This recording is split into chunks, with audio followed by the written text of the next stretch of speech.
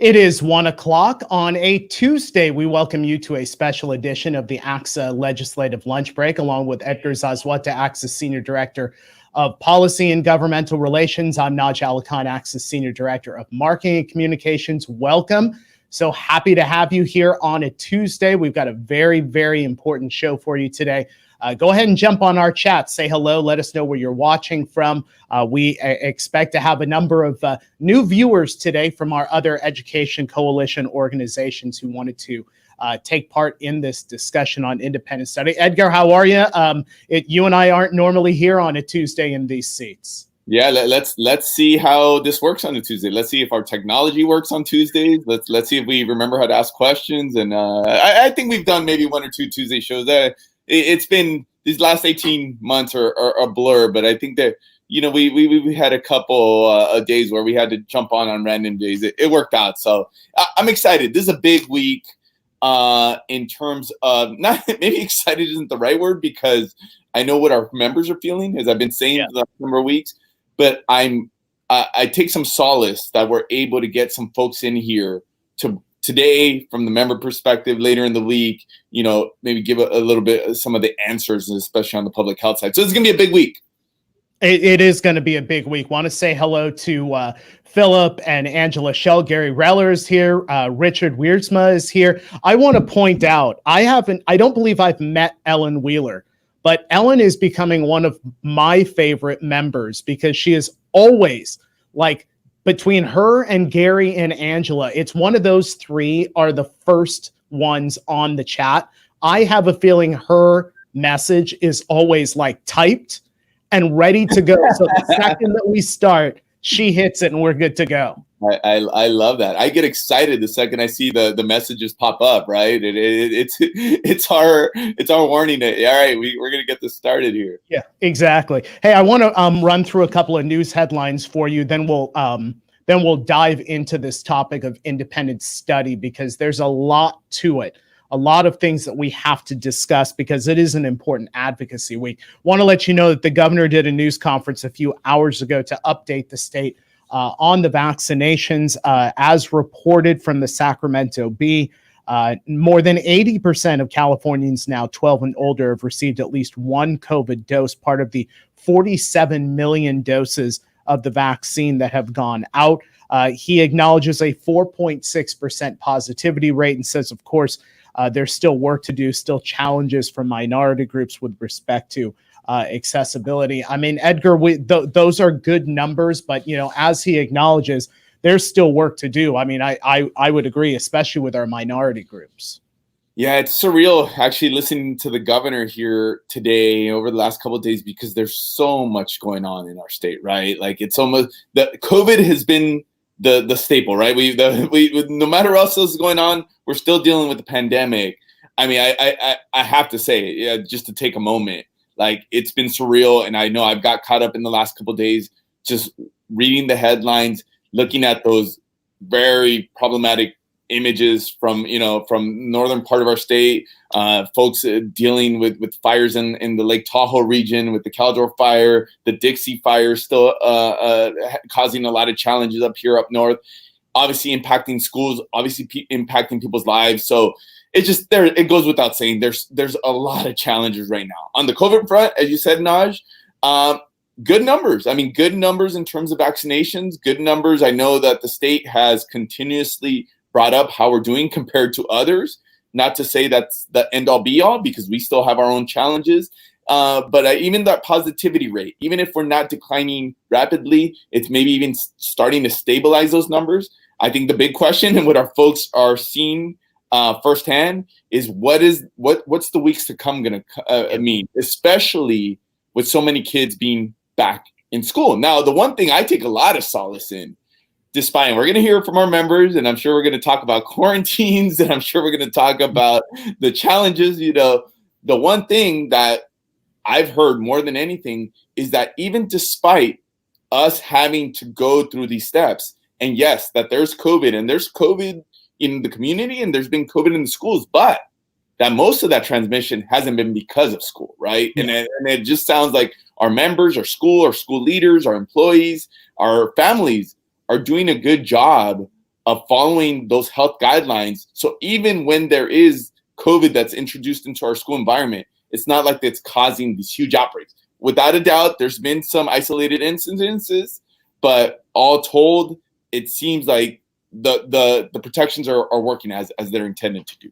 And I saw a comment from Scott Smith, the great communicator over at ABC Unified, talking about lunch break on a Tuesday. Scott, you don't have to rewatch the show tomorrow because we are going to be on tomorrow, 1 o'clock, our normally scheduled ACSA Legislative Lunch Break. Dr. Sohail Sood, the co-lead for the Safe Schools for All, he will be on the show tomorrow. Our guest, he's going to talk student vaccinations, positivity rates in schools, the campaign to inform and get educators vaccinated by the October deadline. That is our regularly scheduled ACSA Legislative Lunch Break. They're not letting us leave our seats tomorrow, Edgar. We are back in the seats at 1 o'clock for everybody. So looking forward to quite a double dose, I have to say. Good. Our schedulers here, our team behind the scenes, independent study on one day, and having the top now, it's co-lead, the education expert on the public health side. I know our folks aren't going to be shy. I know our folks are going to come in with some questions tomorrow. So it should be quite a couple back-to-back days here. If we have learned anything about our members, they are not shy. And that is definitely going to be a good thing. Let's go ahead and let's move to our topic today, Edgar, because it is an important one, independent study and that path of least disruption. I want to make a point, now have you maybe add to this before we bring our guests on. Across the street, inside the state capitol, the discussions you have, there seems to be some confusion about the difference between independent study and distance learning because they are two completely different things. And maybe there has not necessarily been that important pivot with the information piece of it across the street. We've had these conversations with them quite often, but can you just kind of maybe add a little context to why they may think distance learning is the same and it's not? Yeah, I mean, I think you bring up a good point, Naj, and let's be transparent here.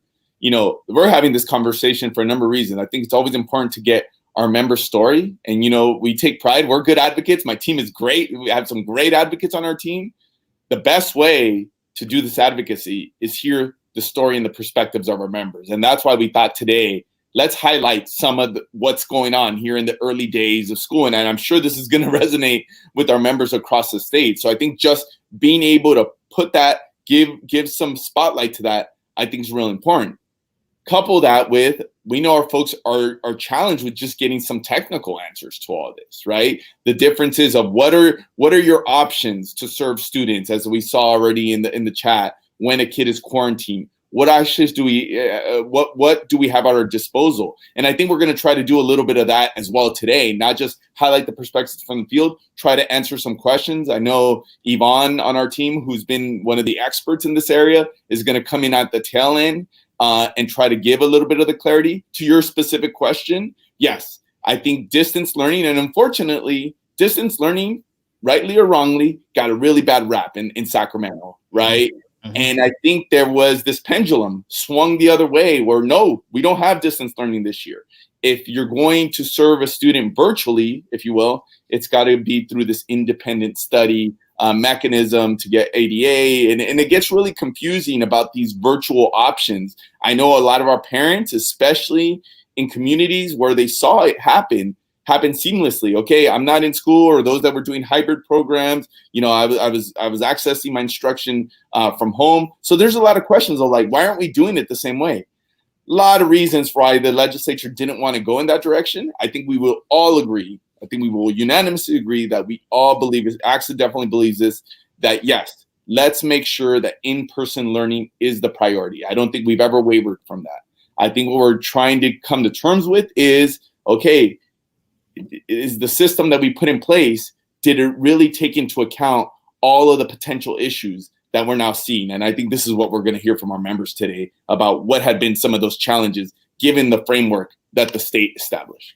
And before we even bring our guests, and we'll do that in about 10 seconds, a reminder, Our chat is open. If you have questions or you have comments about independent study, if you have some of your best practices or maybe want to talk about some of the challenges you have faced, go ahead and put those into our comment section, our chat, and we'll certainly bring them into our conversation. Let's go ahead and bring in our valuable guests today. Ron Carruth is the superintendent from El Dorado Union High School District, and Debra Kubin is superintendent from Ukiah Unified School District.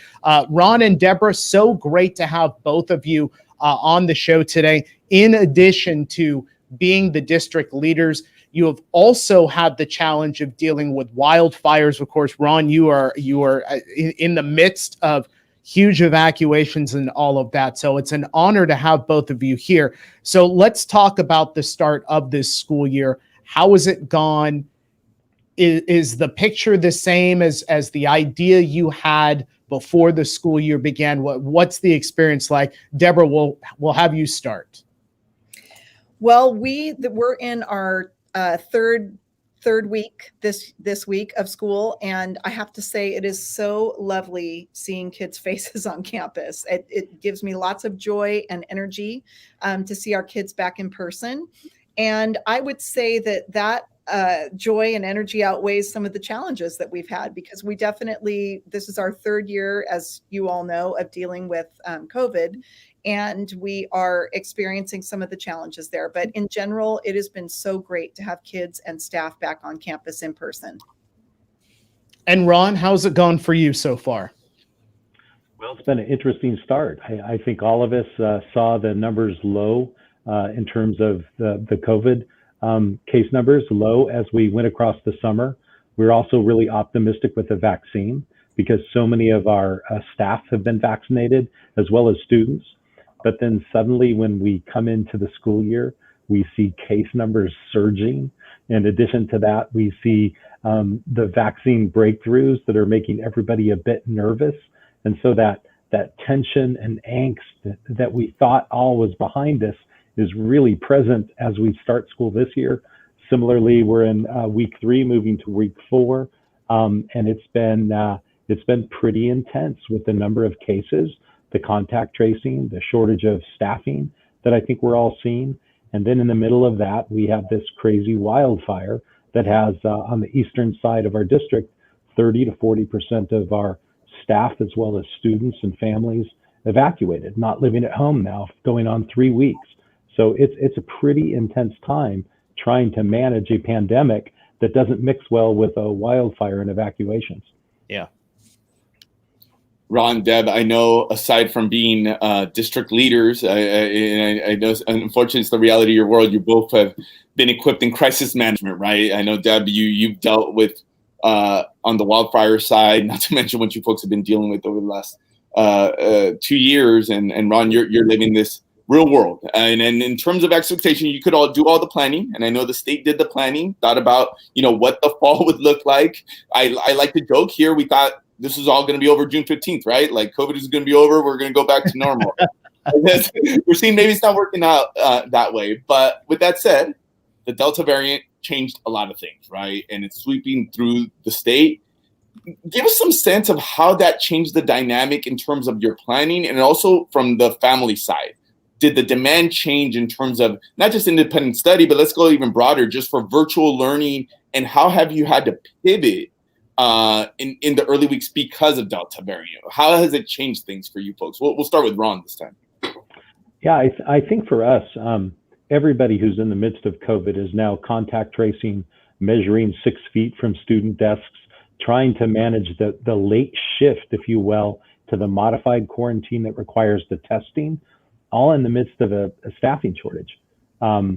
Substitutes, contact tracers, you can't hire the people you need to be able to adequately do all of this work.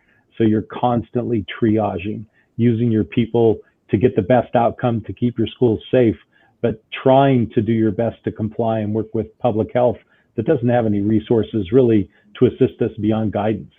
So it's been a pretty wild ride. And I know that there are a lot of principals that are thinking, wow, I didn't realize I'd ever be measuring 6 feet and contact tracing to 9 o'clock at night on top of all my other duties. But many, many people in California are doing that just to be able to safely keep the doors open.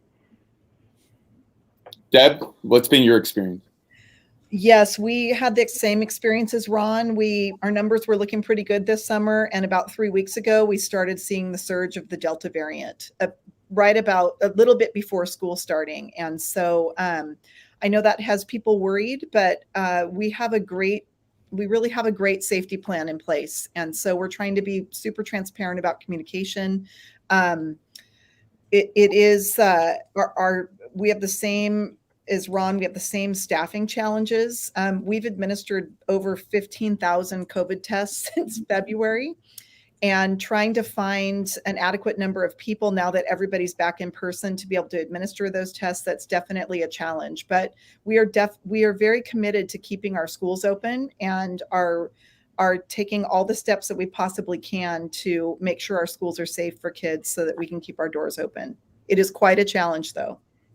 Hey, Ron, I'm going to ask you a follow-up because, we get some eyeballs on the show and people tune in, sometimes even outside of our members, to watch Naj here. And I think this is that you mentioned, the contact tracing. I know it's become such a big part of our vernacular. We've been talking about throughout the whole pandemic. But walk us through what that actually means in the school setting. And I was having a conversation earlier with somebody here in the Sacramento world, and we were having this very conversation of why this is so challenging, especially as it relates to school. So maybe if you could just give us a little more color, and what does that mean for your staff, and why is this becoming so difficult? Yeah, either through public health or through a parent, we're notified that a student is tested positive for COVID. And if you're in the high school environment, that student has 6 classes. So you're going into those classrooms, you're looking at the teacher's seating charts. We're working really hard to make sure that students are in those spaces. You're measuring out 6 feet. Now suddenly you are making a series of phone calls, maybe 30 to 40 phone calls to each one of those families, just informing them that they have been in close proximity to a student who's tested positive. We then put them on a modified quarantine, which has us testing them on days 3 and days 5 and following up with parents to make sure that that's done. But you suddenly get like 100 parents that you're talking to. Now you have 200 additional touches for these tests to follow up with, as you now have 100 additional people that you're just testing out with contact tracing. Rapidly, the system falls apart when you're looking at numbers as high as we are. And so I think that's where I'm just in awe of our principals today in particular, because they are contact tracing, measuring, doing phone calls, working with public health, their nursing staff, their contact tracers, if they have them, in addition to trying to cover substitute classes during the day when we're short. Our principals are holding our systems together, and they are working so incredibly hard, but it is challenging, and at some point begins to become unsustainable as we have several weeks of this. Hey, let me remind our viewers some of the questions that you are putting into our comment section, into our chat. We've got legislative advocate Yvonne Carrillo in the back, who's going to come onto the show a little bit later on. But he's in the back answering some of your technical questions on independent study. So if you have them, go ahead and drop those in. And one other thing, some of the benefit of the chat and comment section on this show is the opportunity to respond to some of the other viewers. So if you guys look and see a comment or a question in there, and maybe some experience you've had or a best practice that you've used could support any of our viewers, go ahead and jump that into the chat as well. Let me bring some clarity to this. Assembly Bill 130 and the late changes in the law, Debra and Ron, created roadblocks for education leaders to have that continuity of learning. Tell us about your experiences with independent study this fall. What have been the challenges thus far for the district, for the teachers, for the students? Debra, we'll have you start. I'll just start by saying we're a district of 6,000 students, but my colleagues are serving between 35 in their district and 1,500. So our small school districts, my heart goes out to them to try and figure out how to make independent study work. But here in Ukiah, we have an independent study academy. Our numbers have doubled in the last week. We typically serve about 120 students through independent study. We are now this week up to 150. We've had to, amidst a staffing shortage, we've had to try and hire more staff. We've had to transfer staff from our comprehensive sites over to independent study. We've had to train these staff members in how to do independent study. So, you know, in our small rural area, it's been a huge challenge for us. I think the other sticking point is that we are required to transfer, as if a family does no longer wants independent study, we're required to find them a spot back in the comprehensive setting within 5 school days. And for our smaller areas, that is incredibly hard from a staffing perspective. And then when you talk about continuity of instruction for students, if a student is going back and forth between independent study and, wow, we just had a little earthquake here. Talk about. Did you really have an earthquake there, Debra? Yes, we did. Just a small little earthquake. Edgar, that's a first on this show. I did. Welcome to California. I mean, like, what else? I mean, I don't know what else to say. I know, smoke, fire, pandemic, Yeah. downs, earthquake. We've got it all here in Ukiah, California. But anyway, it creates a lot of challenges for kids in terms of continuity of instruction. If you are moving back and forth between an independent study school and the comprehensive school, my big fear is that there's going to be some learning loss there for some students. We've also had students who struggled through distance learning or independent study. The two are very different. And we feel strongly that for most kids, the best place for them is in the in-person program, but we no longer have the option to deny service through independent study. So there are definitely a lot of challenges here that we're faced with, but the biggest one is how do you go from 124 kids to 250 within a week and find the staffing and the placement and serve them well? Hey, Ron, before I have you respond to that, Stephen puts in the chat, is there still talk that AB 130 might be amended during the current session? Stephen, stay with us because we're going to talk about some important advocacy opportunities this week about AB 130 that we'd like you to get involved in. Ron, let me have you respond to that same question. What have the challenges been like with IS as far as the district, your parents, your staff, your students? Yeah, I think probably very similar to what Debra's faced. First of all, I view this as a time where we're managing anxiety in so many families. And as case numbers were low this summer, people increasingly felt comfortable about sending their students back to school full time. And as case numbers rise, families become increasingly uncomfortable or worried about other loved ones at home and potential exposure. And so they make that request in independent study. I think the difficulty for all of us is we're systems that generally operate off predictable stability. And so when we see sudden shifts, especially in a staffing shortage, it's very difficult to accommodate those needs. So in a similar sort of way, we see a reasonable shift to independent study. We planned for some of that, so we've been able to absorb at this point in time. But we also have some people who are on a waiting list that would like to get in, but they're okay with their current placement until we can hire someone and they understand our staffing shortages. So they're just certain realities that we're all trying to manage and making this work. One of the things I love about the show, aside from us, trying to pretend we know things and, give information or trying to be a translator, one of my favorite components is, especially when we bring in our members, it's kind of sharing. And I see this not only with our guests, but also with the folks interacting with each other in the chat. And I think just gets people thinking because all of you are facing the same challenges. So we got a question from, I think it was Jonathan Drury, talking about that with the kids that are 100% virtual, that some of them are showing up. They're already seeing signs of disengagement, that obviously there's the attempts as prescribed per law, like what you have to do to try to engage them.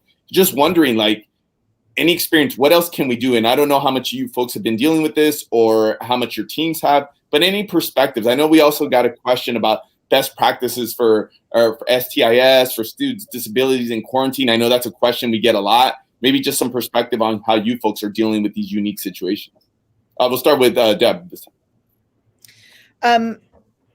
Gosh, yes, we are fully engaged in trying to re-engage students who are not attending in the independent study program. We do, like probably most of you, we are doing continuous home visits.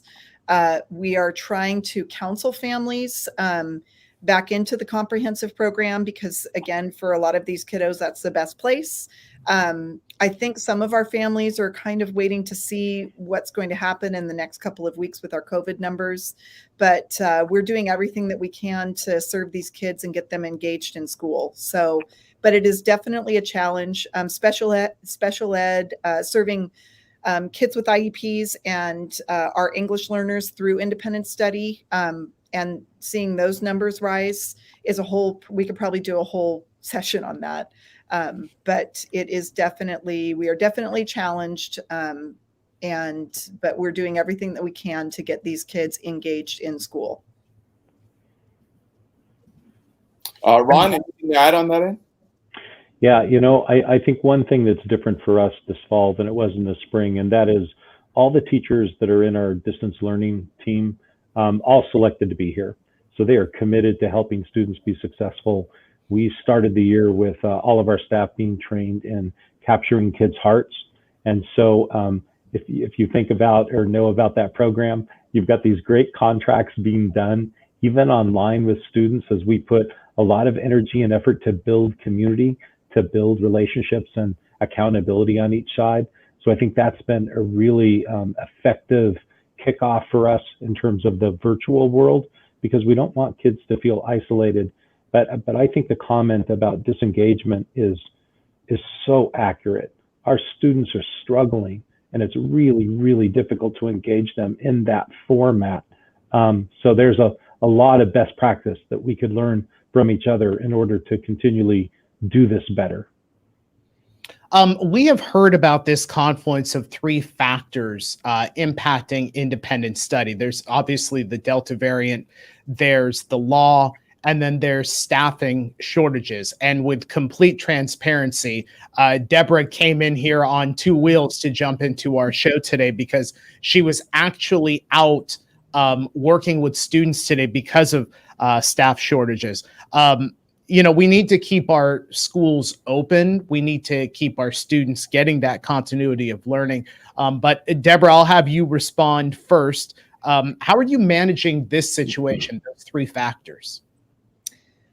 We are trying to be incredibly creative. The action to allow teachers who've recently retired back in to serve our kids has been incredibly helpful. So we've been reaching out to retirees.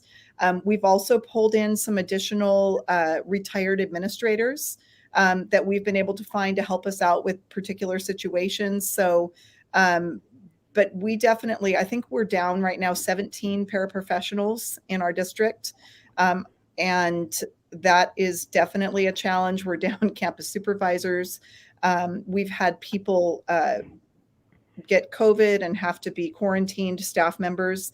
We had to cancel one of our bus routes this week because of staff absences. So it is definitely real. I cannot drive a bus. I do not have my bus driver's license, but all of us here at the district office are out in school sites trying to help with this situation. And Ron? Yeah, I think, the crisis brings out in general the best of everybody. We have teachers covering for teachers, counselors, administrators in the classroom. I think some of the key things that Debra said, and we've had, support from CalSTRS as well as PERS to be able to bring in some of our retirees and waive some of the limitations that we've had for timelines in the past are all very helpful. We've sent out messages to our families just saying, listen, if you would like to help substitute, please let us know. We'll get you in the classroom and get you cleared. So we've had a lot of success with that. But the bottom line is we're just short of staff. With our fires in addition, we have had just a terrible time, even with all of those things covering the classrooms. And so our entire cabinet have been in substituting at different times over the course of the last few weeks. So I just think it's an acute shortage right now. Hopefully it's not a chronic one, but it's really the most complicated environment all of us have probably ever worked in, is what we're facing right now. I'm going to touch on another question that we got, that this is another opportunity, even outside of our members, to do some education, because I think this is one of the big misconceptions about what's happening now as compared to last year. So I know this has come up from parents and parent groups, like, why aren't we just doing concurrent teaching? Why aren't we just doing what we call Zoom in the room or whatnot? So there's one, let me do a clarifying point, because I know I've heard this even amongst our members. There's no prohibition against doing concurrent learning and whatnot. Now that's the technical answer. What I'm going to ask both of you, and maybe even from your perspective, or you're both leaders in your respective regions, maybe just in talking to your colleagues, if you're hearing examples of this, about for students that are in quarantine, are you aware of LEAs using kind of the concurrent model for instruction while they're in quarantine? And if not, maybe giving your opinion on why is that a challenge? I know the answer. I think our folks know the answer, but maybe just a little bit why that's becoming more difficult than what it was last year. Ron, we'll start with you. Yeah, so we did open full-time last spring, and we realized with the quarantines that were happening, we were able to get cameras and microphones for every single one of our teachers to be able to live stream, to try to keep the students up to speed who were at home on quarantine. And then in addition, we're paying staff after school to connect with those students who couldn't be in their class because of quarantines, to make sure they don't fall behind. So both the Zooming, if you will, or listening into the classroom, as well as reaching out afterwards, are the two strategies we're putting in place to make sure students don't fall behind. Debra, anything to add on that one? We have a few teachers doing that, but it is definitely optional. And we're not requiring it of our teachers. Yeah. It is a lot for them to manage. So anyway, we are not requiring it, although, with the pandemic, what we were doing last spring, and we were back in person last spring as well, all of our teachers are well versed in Google Classroom. That's what we use as our platform, and kids are getting connected that way with their teachers. And I'll just add, editorial comment. I know from talking from our members around the state, I think in some LEAs, some districts, where maybe they wanted that to be an option, but frankly, you need the buy-in of your employees, right? And if your teachers are, just to your point, that they just don't feel they can handle that, or is the collective bargaining issue? In some district, they haven't been able to come to an agreement to use that as an option. So even though technically, yes, the law may allow it, there's the real component about that buy-in from the employees. And I think that's a real challenge around the state. Let me, we're going to talk advocacy in a moment. Yvonne Carruth is going to come on from the ACSA Governmental Relations Department to talk about a very important advocacy effort for all of our viewers. Let me ask both of you, from an advocacy standpoint, you're virtually one-on-one, if you will, with a lawmaker discussing the challenges of independent study. Can you maybe summarize what you think needs to be done to make this better for students and to make this easier for districts to be able to deliver that continuity of learning and really, get rid of that that pathway that's causing so many challenges? Debra, we'll start with you. I think a couple of pieces. One is the placement back into the regular program within 5 days. I think especially for smaller environments, that is really a challenge for us to be able to do within 5 days. There may not be space in a classroom. We have contract class size limits that are a challenge. So I think that timeline is unreasonable. I also feel that in terms of continuity of instruction, moving back and forth in between an independent study academy and the comprehensive program is not great for kids to be moving back and forth in between different schools. It is fraught with the potential for learning gaps to happen. And so I would completely focus on those two pieces. And I'll just say, despite we have an amazing staff. Our independent study staff has really stepped up to train our new people. Our administrators have stepped in everywhere possible. And despite all of that, it definitely, there are some changes that really need to happen. And Ron, same question for you. You're one-on-one with lawmakers. What are you talking about as far as changes that need to be made? Yeah, the first thing I really want to recognize is the work that Edgar and Yvonne are doing behind the scenes. They are like AB 130 warriors on our behalf. They've heard all of the concerns that we have. So the first thing I'm talking about is just the limitation of 15 days. We know that students are going to be out multiple quarantines if we have the Delta variant spreading within our community. So we need to address that and make it efficient and not bureaucratic. The second thing is when we put a student on temporary independent study from a quarantine, we have to be able to collect apportionment. Our staff is working to keep that student up to speed, so we need to make sure that we can actually collect the dollars for serving that student. The third one is kind of the credentialing flex a little bit that would be really helpful as we try to grapple with meeting the needs with all of our students in a staffing shortage. And then mainly, finally, this parent-student staff conference. The issue of all staff having to be present needs to be flexed a little bit so that we can practically get this done and not be caught up in bureaucratic details that harm our ability actually to move forward and put our energy and effort into students. So appreciate all the work that's being done on that, but those are key elements, and we have a moment in time where we can make a difference prior to the end of this legislative session to get this fixed. Ron Carruth, Superintendent, El Dorado Union High School District, and Debra Kubin, Superintendent, Ukiah Unified School District. Ron, Debra, it's been an honor to have you on the show today. Thank you so much for your contributions. Have a great rest of the day. Thank you so guys. much. Great to be with you. All right, Ron and Debra. Edgar, let's go ahead and swing this to the advocacy piece right now. Yvonne Carrillo, ACSA Legislative Advocate. He's been behind the scenes answering so many of your questions. So Yvonne, let's pull you off of there and let's bring you here onto the show. Yvonne, so good to have you. Let me ask this.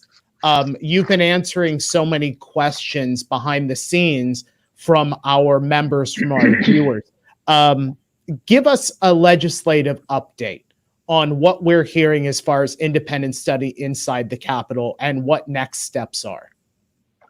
Yeah, for sure. So we've been having a lot of conversations with the different stakeholders, both houses in the legislature and the administration. And I think we're starting to get some clarity in terms of where there are some opportunities to create some meaningful changes for the field, and then where there just is some real resistance. And so everything we've been hearing, and these are things that we've known, is that this is hotly politicized. That so much of this, in terms of vaccines to quarantines, in-person, distance learning, these are all things that legislators have had to deal with within their districts for many months, and have been getting beat up on. And so not to mention it very much has led to the recall efforts. And so you have a real reluctance to open the independent study box back open and to start unpacking that stuff.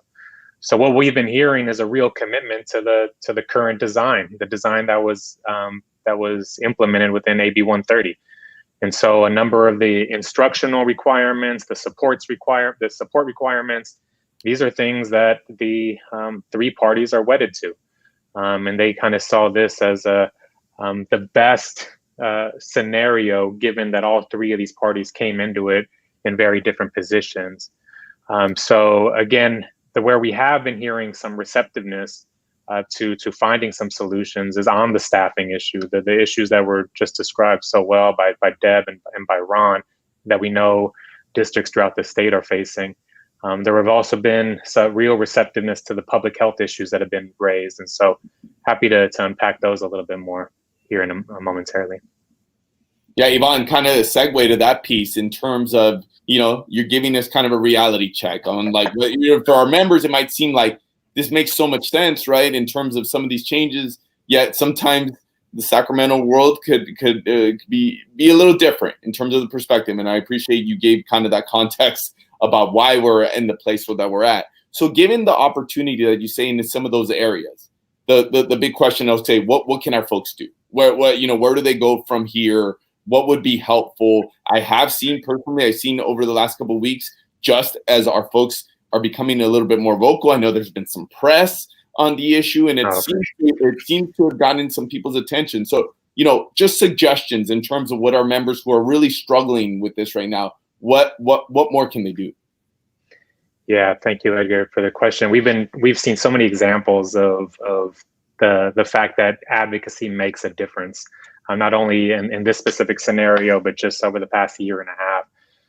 So do know that your voice does matter and that it does have impact. We hear these citations all the time in meetings that we're in where legislators talk about these conversations that they've been having locally. So we're coming up on the deadline. The legislature will break for its interim recess next Friday, September 10th.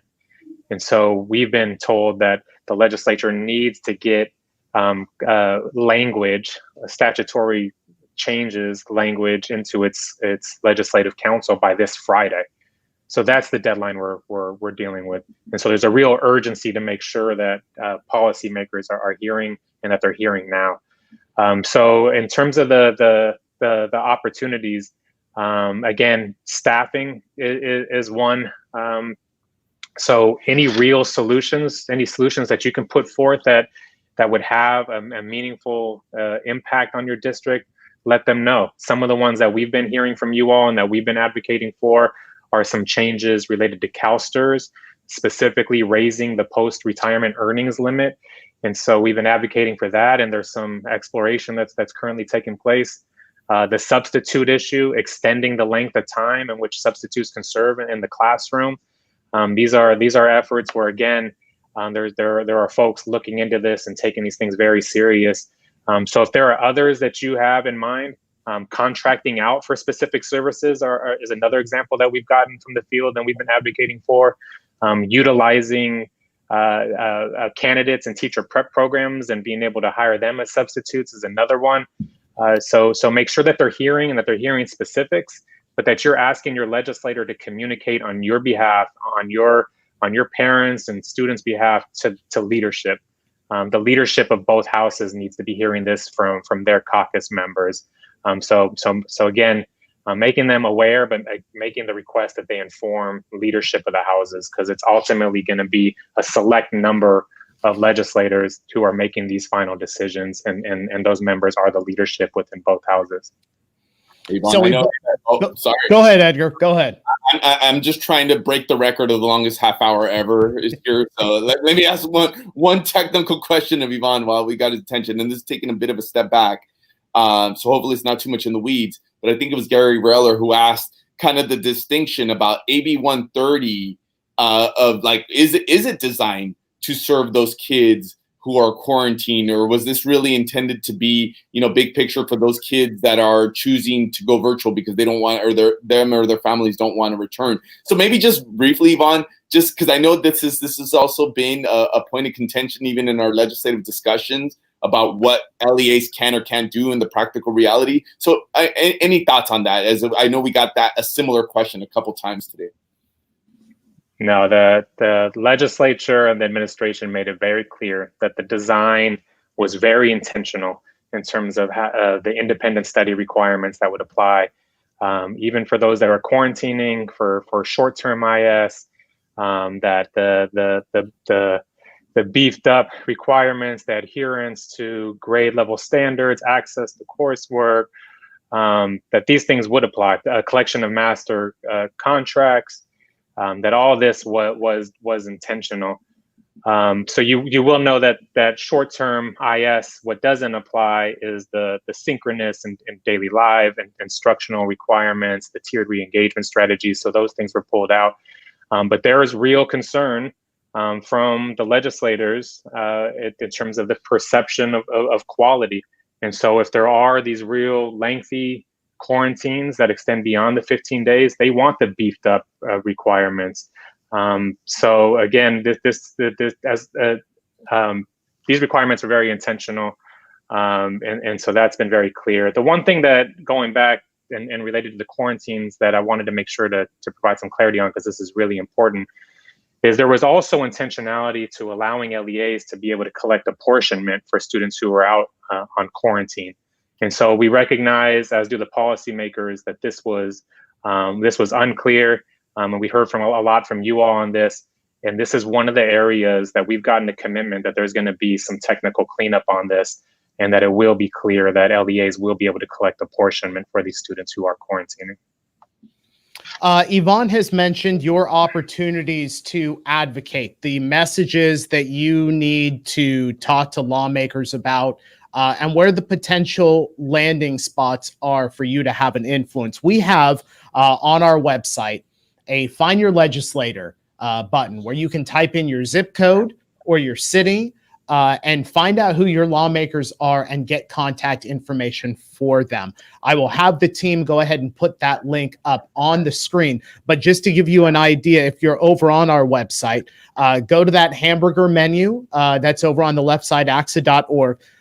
Click that, click the Take Action link, which is over in the Advocacy section. That will take you right to that spot where you can type in address, zip code, find out who your lawmakers are, and deliver those important messages about independent study. Yvonne, so good to have you on the show. Oh, go ahead, Edgar. I'm going to ask one more question just since Yvonne's here. I think Kyle Stokes asked about special ed and the challenges around students with disabilities. Is this one of the issues that potentially the legislature is even looking at, considering as it relates to independent study? Yes, it is an issue that's being considered and being talked about. So certainly there is legitimate concern as to whether or not FAPE requirements can be met for students with IEPs in an independent study model. But recognition of the immense pressure that the field is getting by some parents to move to an independent study option. And so this is part of the conversation. This has been part of our talking points as well. Dr. Aaron Simon has really taken the lead on this and communicating. But yeah, this is part of it. And we're part of a broader coalition that has put forth some potential amendments for the administration, the legislature to consider as well. Hey, a big shout out to great reporter over at KPCC, the NPR station in Los Angeles. That's Kyle Stokes, who jumped in there to the chat. So Kyle, welcome. Hope you got what you needed. All right, now we're done with you, Yvonne. We've had enough of you. Edgar is not going to interrupt this time. Yvonne, good to have you here on the show. Have a great rest of the day. Thank you too.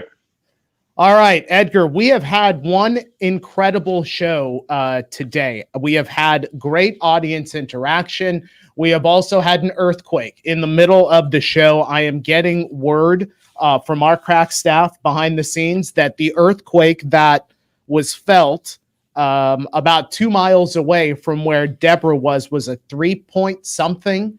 Edgar, we've done a lot on this show. Never had an earthquake. First earthquake seems fitting, right? We talk about wildfires. We're talking about all these other issues. It wouldn't be California without talking about an earthquake. So yeah, it's fitting. So hopefully everybody is safe up there. Sounds like it was minor, but please, amongst everything else you're dealing with, please stay safe. Yeah, absolutely. Don't forget, folks, make sure you advocate on behalf of independent study. Also a reminder, we are back on the air tomorrow, our regularly scheduled live and interactive ACSA Legislative Lunch Break, 1 p.m. here on ACSA Facebook and ACSA YouTube. Dr. Soheil Sood from the Safe Schools for All plan. He is the co-lead on Safe Schools for All. He will be here tomorrow. So will Edgar and I. We'll see if Edgar and I get to leave the building or if they just lock the doors and keep us here till tomorrow. Edgar, good seeing you, man. I'll see you tomorrow. See you tomorrow. All right, folks. Thank you so much for being with us today. We will see you tomorrow, 1 p.m. here on the Wednesday ACSA Legislative Lunch Break. Have a great day.